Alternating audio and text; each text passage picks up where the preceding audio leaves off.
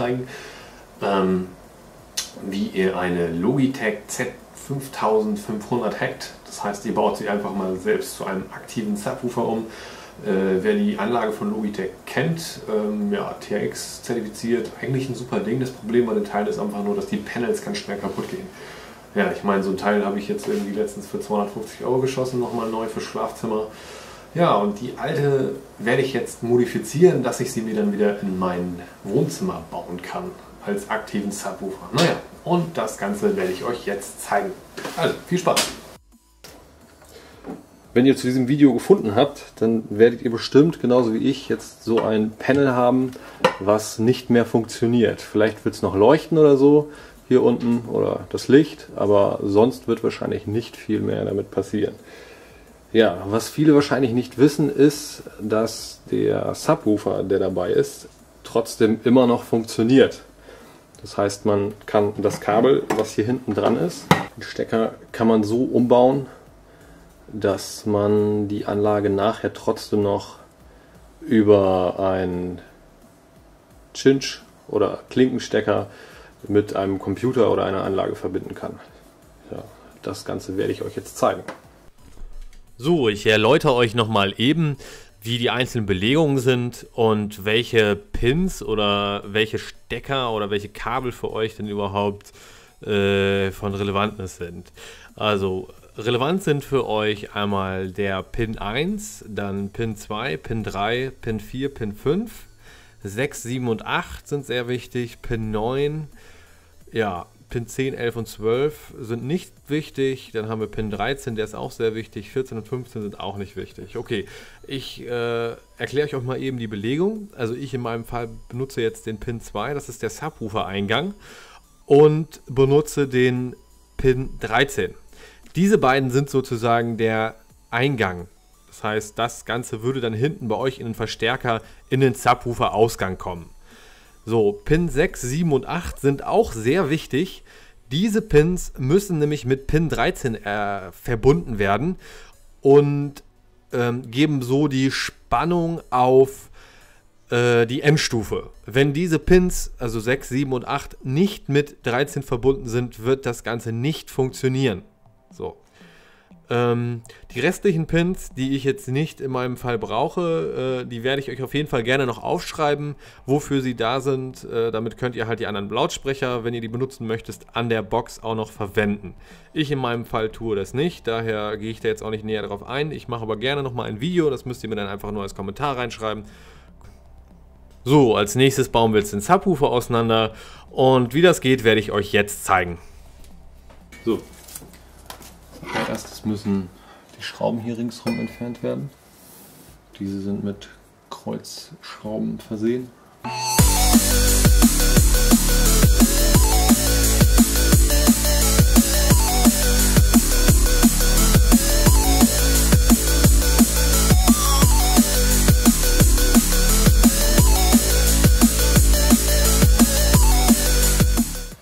So, das waren jetzt alle.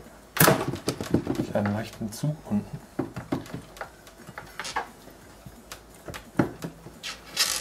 Kommt hier das Ganze dann auf die Hose. Jetzt oben noch die beiden Schrauben raus.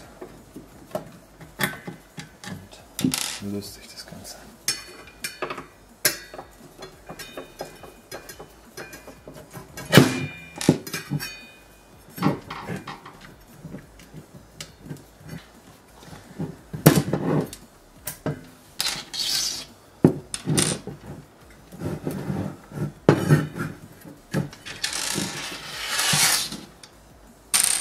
Ein wenig irritiert, dass hier innen gar keine richtige Dichtung ist. Aber gut.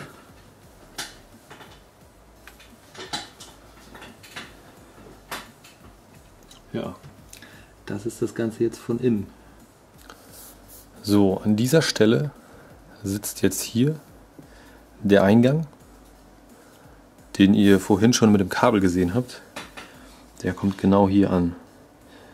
Und hier oben geht das ganze Kabel dann wieder raus auf die zweite Platine, wo der Verstärker sitzt.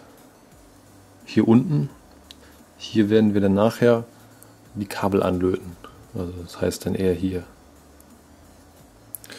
So, als nächstes werde ich jetzt hier, das ist, neben den Lautsprecheranschlüssen, werde ich jetzt gleich ein Loch bohren für den Stecker.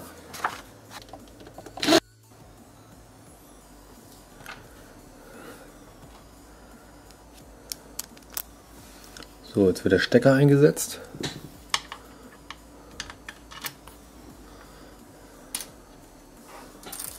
Wichtig ist, vergessen nicht diesen Ring.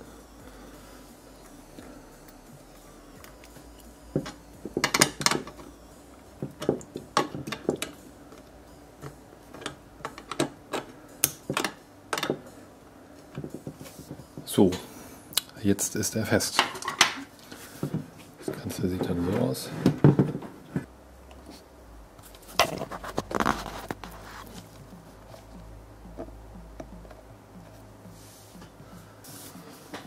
So, jetzt könnt ihr hier die Belegung sehen.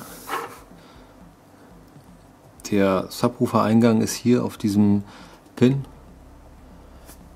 Hier steht WA 118 und auf 119 hier drüben ist der Minuspol, also die Masse. Genauso wie natürlich hier auch auf diesem.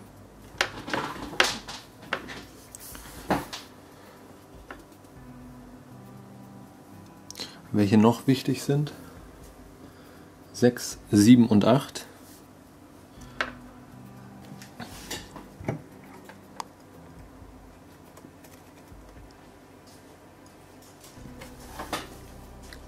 Ja, zum Schluss müssen wir jetzt noch die Stecker 6, 7 und 8 mit der Masse verbinden.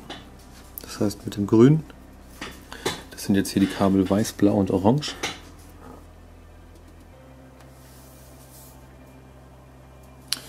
So, wenn ihr jetzt alles richtig verdrahtet habt, dann müsste hier der blaue sein, da der orangefarbene und hier unten der weiße. Ich werde auf jeden Fall noch mal eine Grafik irgendwie anfertigen, die sozusagen das Ganze noch mal darstellt. Vor dem kompletten Zusammenschrauben auf jeden Fall noch einmal testen. Ich habe nämlich gerade eben auch schon einen Fehler gemacht gehabt und habe den ganzen Quatsch einfach da dran gelötet. Was natürlich falsch ist. Gut, kann passieren. Ja, so, wie ihr gesehen habt, war das Ganze gar nicht so schwer, oder? Also ich habe jetzt gute 1,5 Stunden dran gesessen. Ja, in 10 Minuten natürlich jetzt reingekürzt. Falls ihr noch irgendwelche Fragen dazu haben solltet, könnt ihr auch gerne natürlich einen Kommentar schreiben. Ich werde auf jeden Fall darauf antworten. Aber wenn jetzt von euch noch gerne einer eine Anleitung haben möchte, wie er das VGA-Kabel mit einem Klinkenstecker verbindet oder genau welche Kabel er innen drinne benutzen muss, damit er sozusagen auch die normalen Lautsprecher mit anschließen kann. Ja, schreibt mir bitte einen Kommentar. Ich mache euch gerne ein Video noch dazu, also wie halt die genaue Belegung ist, wie das Ganze zusammengelötet wird. Ja, also ich wünsche euch weiterhin noch viel Spaß. Wenn ihr dieses Video sehen wollt und falls es dann da ist, würde ich sagen, klickt jetzt oben irgendwo in die Ecke. Und nicht vergessen, Daumen hoch und abonniert mich. Vielen Dank. Tschüss.